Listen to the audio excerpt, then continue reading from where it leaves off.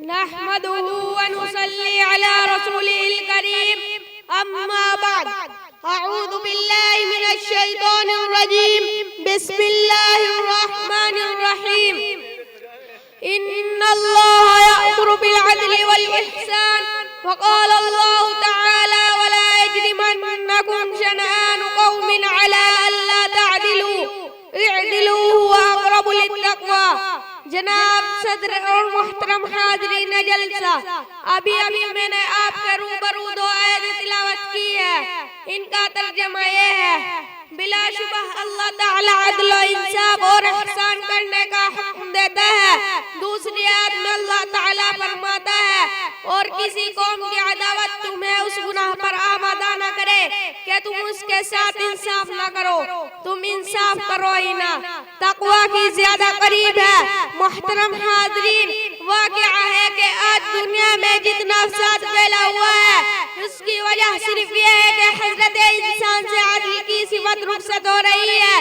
جب انسان حق و باطل کی تمیز چھوڑ دے اپنے ضمیر کی آواز پسے پشت ڈال دے ظلم و ناانصافی پر کمر باندھ لے اپنے بیجا پندار اور غلط وضاحداری کے چکر میں عدل کے تقاضوں کو بھول جائے وہ یہ نہ سوچے کہ کیا کرنا ٹھیک ہے تو اس کا لازمی نتیجہ ہوتا ہے کہ دنیا شر و فساد کی عامہ جگہ بن جاتی ہے صفائے ارض پر انارکی بد امنی بے اطمینانی کا راج ہوتا ہے انسان کا حال کچھ عجیب سا ہے اگر ظلم و ستم اور تشدد پر اتر آتا ہے تو اپنے ہی بھائی بندوں کو آنے سے چھیر ڈالتا ہے تو پانی کا جراثیم زمین پر چلنے والے کیڑے مکوڑے زہریلے سانپ اور کھیتوں کو ویران کرنے والے جانوروں حفاظت عین مذہب سمجھنے لگتا ہے حد یہ ہے کہ پانی کے ننھے جراثیم کے بچاؤ کے لیے منہ پر کپڑا باندھتا ہے اور خواہشات نفسانی پوری کرنے کی طرف مائل ہوتا ہے تو چاہتا ہے کہ سارے جہاں کی حسینائیں اس کا آغوش گرم کرے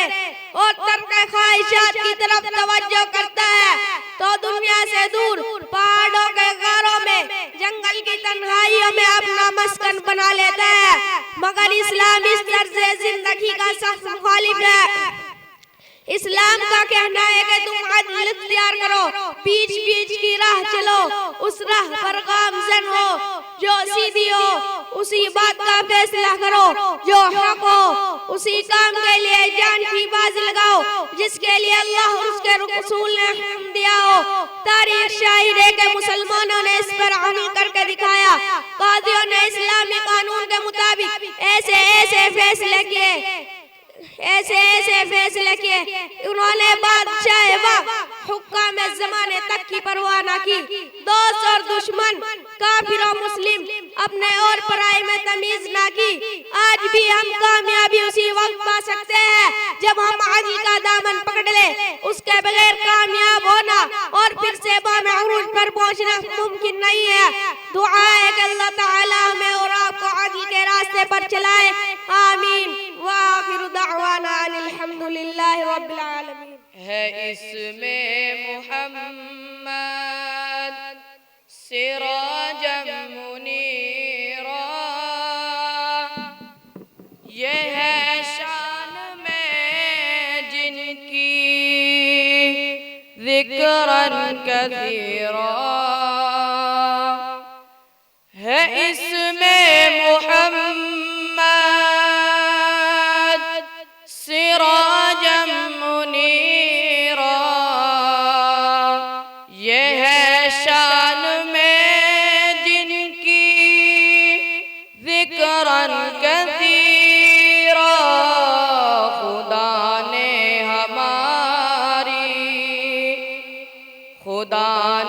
ہماری ہدایت کی خاطر محمد کو بھیجا بشیرا نذیرا، خدا نے ہماری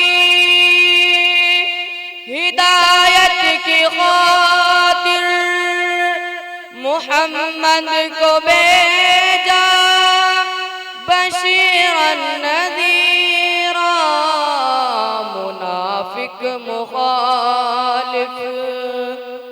منافق مخالف کے حق میں خدا نے کہا ہے جہنم وساءت مصیرا، منافق مخالف کے حق میں خدا نے کہا ہے جہنم وساءت مصیرا، کہا ان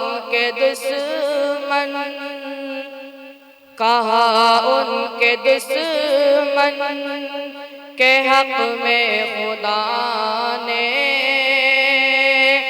وَيَدْعُو ثُبُورًا وَيَصْلَى سَعِيرًا،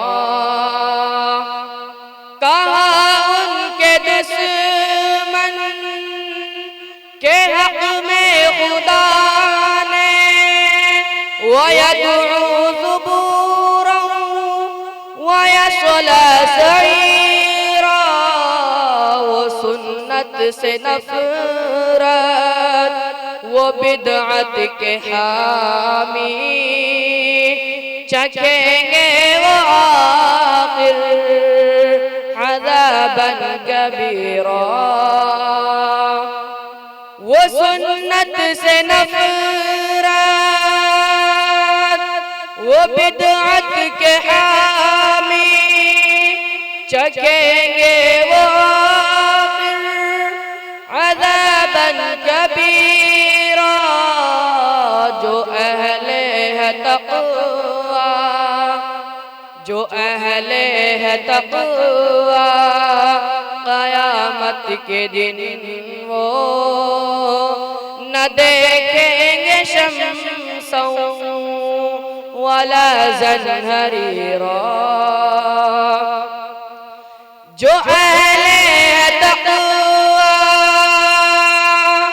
قیامت کے دن وہ نہ دیکھیں گے شمسا ولا زنہری راہ اس میں محمد سراجا منیرا یہ ہے شان میں جن کی ذکراً کثیرا ونصلي على رسوله الكريم أما بعد أعوذ بالله من الشيطان الرجيم بسم الله الرحمن الرحيم إن الله يأمر بالعدل والإحسان وقال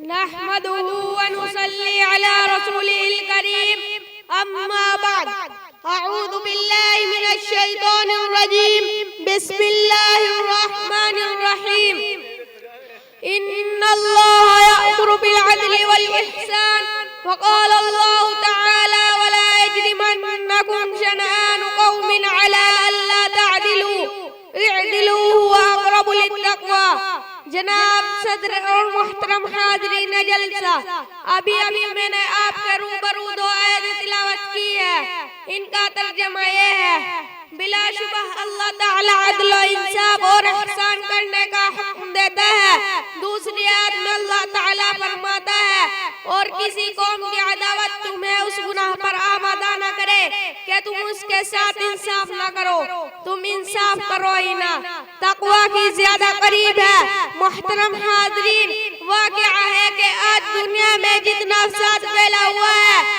اس کی وجہ صرف یہ ہے کہ حضرت انسان سے عدل کی صفت رخصت ہو رہی ہے جب انسان حق و باطل کی تمیز چھوڑ دے اپنے ضمیر کی آواز پسے پشت ڈال دے ظلم و ناانصافی پر کمر باندھ لے اپنے بیجا پندار اور غلط وضاحداری کے چکر میں عدل کے تقاضوں کو بھول جائے وہ ہے نہ سوچے کہ کیا کرنا ٹھیک ہے تو اس کا لازمی نتیجہ ہوتا ہے کہ دنیا شر و فساد کی اہم جگہ بن جاتی ہے صفائے ارض پر انارکی بد امنی بے اطمینانی کا راج ہوتا ہے انسان کا حال کچھ عجیب سا ہے اگر ظلم و ستم اور تشدد پر اتر آتا ہے تو اپنے ہی بھائی بندوں کو آنے سے چیر ڈالتا ہے تو پانی کا جراثیم زمین پر چلنے والے کیڑے مکوڑے زہریلے سانپ اور کھیتوں کو ویران کرنے والے جانوروں حفاظت عین مذہب سمجھنے لگتا ہے حد یہ ہے کہ پانی کے ننھے جراثیم کے بچاؤ کے لیے منہ پر کپڑا باندھتا ہے اگر خواہشات نفسانی پوری کرنے کی طرف مائل ہوتا ہے تو چاہتا ہے کہ سارے جہاں کی حسینائیں اس کا آغوش گرم کرے اور ترک خواہشات کی طرف توجہ کرتا ہے تو دنیا سے دور پہاڑوں کے غاروں میں جنگل کی تنہائیوں میں اپنا مسکن بنا لیتا ہے، مگر اسلام اس طرز زندگی کا سخت مخالف ہے۔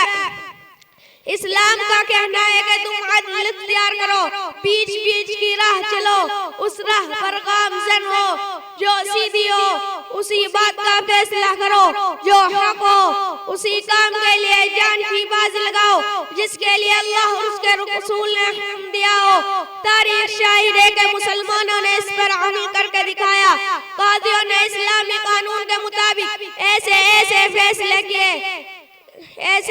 فیصلے کیے، انہوں نے بادشاہ وقت حکام زمانے تک کی پرواہ نہ کی، دوست اور دشمن، کافر و مسلم، اپنے اور پرائے میں تمیز نہ کی۔ آج بھی ہم کامیابی اسی وقت پا سکتے ہیں جب ہم عدل کا دامن پکڑ لیں، اس کے بغیر کامیاب ہونا اور پھر سے بام عروج پر پہنچنا ممکن نہیں ہے۔ دعا ہے کہ اللہ تعالیٰ ہمیں اور آپ کو عدل کے راستے پر چلائے، آمین۔ وآخر دعوانا ان الحمد للہ نحمده ونصلي على رسوله الكريم أما بعد فقد قال الله تعالى أعوذ بالله من الشيطان الرجيم بسم الله الرحمن الرحيم إن الله وملائكته يصلون على النبي يا أيها الذين آمنوا صلوا عليه وسلموا تسليما أما بعد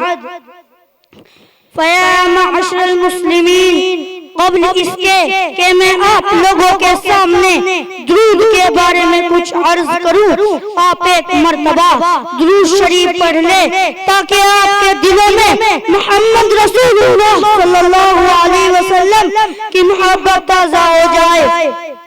اللہم صلی علی محمد وآلہ واصحابہ۔ محترم بزرگوں، دنیا کفر و شرک کی تاریکیوں میں گری ہوئی تھی، انسانیت اور ملک دشمن کے اشراط سے کرا رہے تھے۔ ایسے وقت میں مکہ کی سرزمین پر رحمت الہی کا نور ہوا اور اللہ تعالیٰ نے ایک نبی کو مبعوث فرمایا جو آخری نبی ختم الانبیاء تھے، جس کی سر اقدس اشرف الانبیاء کی کلام موجود تھی۔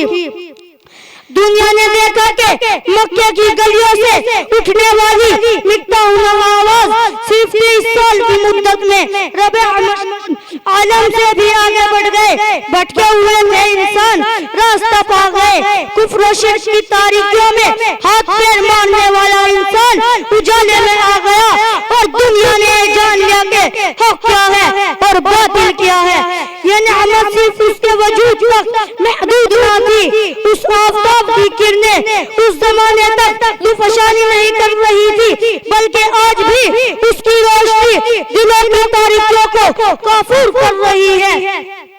خدا نخواستہ اگر اس مکی و مدنی آقا کے وجود مسعود اس دنیا میں نہ ہوتا تو کفر و شرک کی تاریکیوں میں بھٹکتے رہتے۔ اتنا بڑا احسان جو ذات گرامی نے ہم پر کیا ہے، اس کا معاوضہ ہم کیا دے سکتے ہیں؟ ہم اس کے احسان مندی کے اظہار کے لیے چند الفاظ ضرور کہہ سکتے ہیں جو ذات گرامی نے ہمیں بتائے ہیں۔ انہی الفاظوں کو درود شریف کہا جاتا ہے۔ شریف کی فضائل بے شمار ہے۔ اللہ جل شانہ خود ہی ارشاد فرماتا ہے کہ ایمان والو، تم محمد رسول اللہ صلی اللہ علیہ وسلم پر درود اسلام بھیجو۔ خود حضور صلی اللہ علیہ وسلم نے ارشاد فرمایا جو مجھ پر ایک مرتبہ درود شریف بھیجے گا اللہ تعالیٰ اس پر 10 رحمتیں نازل کرے گا۔ امام ترمذی اپنی کتاب میں حضرت عبداللہ بن مسعود رضی اللہ عنہ سے ایک روایت نقل فرماتے ہیں کہ رسول اللہ صلی اللہ علیہ وسلم نے ارشاد فرمایا قیامت کے دن سب لوگوں سے زیادہ قریب وہ شخص ہوگا جو مجھ پر درود شریف پڑھنے والا ہوگا۔ ایک بار حضور صلی اللہ علیہ وسلم نے ارشاد فرمایا اس شخص کی ناک خاک آلود ہوگی میں ذکر اس کے سامنے کیا جائے اور وہ مجھ پر درود نہ بھیجے۔ الغرض حدیث میں درود شریف کی بھی فضیلت آئی ہے. امت محمدیہ میں تقریباً تمام فرقوں کے اتفاق ہے کہ حضور صلی اللہ علیہ وسلم پر درود جتنا بھیجا جائے اتنا ہی زیادہ ثواب ملے گا. آئیے آخر میں ہم اور آپ ایک بار اور درود پڑھ لیں. اللہم صلی علی محمد و آلہ و اصحابہ. اللہ تعالی ہم تمام مسلمانوں کو درود شریف پڑھنے کی زیادہ سے زیادہ توفیق عطا فرمائے اور رحمت للعالمین حضور اقدس صلی اللہ علیہ وسلم کی شفاعت سے ہم تمام مسلمانوں کو نواز دے. میں انہی چند باتوں پر اپنی تقریر کو ختم کرتا ہوں. بسم اللہ الرحمن الرحیم نحمده ونصلی علی رسوله الکریم. اما بعد اعوذ باللہ من الشیطان الرجیم. بسم اللہ الرحمن الرحیم. یا ایہا الذین آمنوا لا تأکلوا اموالکم بینکم بالباطل. قال النبی صلی اللہ علیہ وسلم لا يدخل الجنة جسد غذي بالحرام. عزیزان ملت، اللہ تبارک و تعالی کا احسان عظیم ہے کہ ہمیں اس متبرک و منور مجلس میں بیٹھنے کی توفیق مرحمت فرمائی. میں اپنے آپ کو بہت ہی خوش قسمت سمجھ رہا ہوں کہ مجھ کو آپ جیسے مخلص و معزز حضرات کے سامنے لب گشائی کا موقع ملا. رب ذوالجلال ہم سب کو سننے سے زیادہ عمل کی توفیق عطا فرمائے. میرا معزز غن مال حرام کے قباحت و حلال کی فضیلت بیان کرنا ہے. محترم بزرگ اور دوستو، آج کل ہم بے دھڑک کے سامنے آج کھا لیتے ہیں اور صرف یہ خیال پیدا نہیں ہوتا کہ یہ کھانا کس طرح کا ہے. حرام مال کا استعمال شریعت کی نظر میں سخت ناپسندیدہ اور آخرت میں بدترین عذاب کا سبب ہے. زیادہ تر لوگ نجاش اترانی کے ذریعے جہنم کے متحق ہوں گے. اللہم احفظنا من.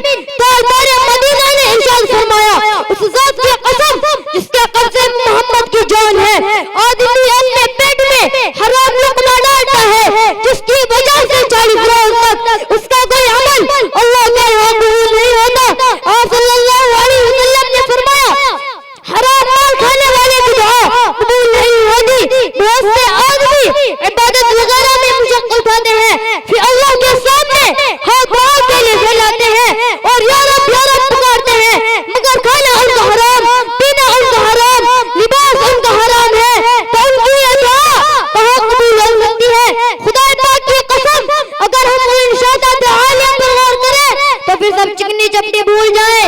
حضرت صاحب بن جبل فرماتے ہیں کہ حبیب خدا کا ارشاد ہے قیامت کے دن آدمی کا قدم اپنی جگہ ہل نہیں پائیں گے جب تک کہ ان سے 5 سوال نہ کر لے جائے. نمبر 1 عمر کہاں لگائی.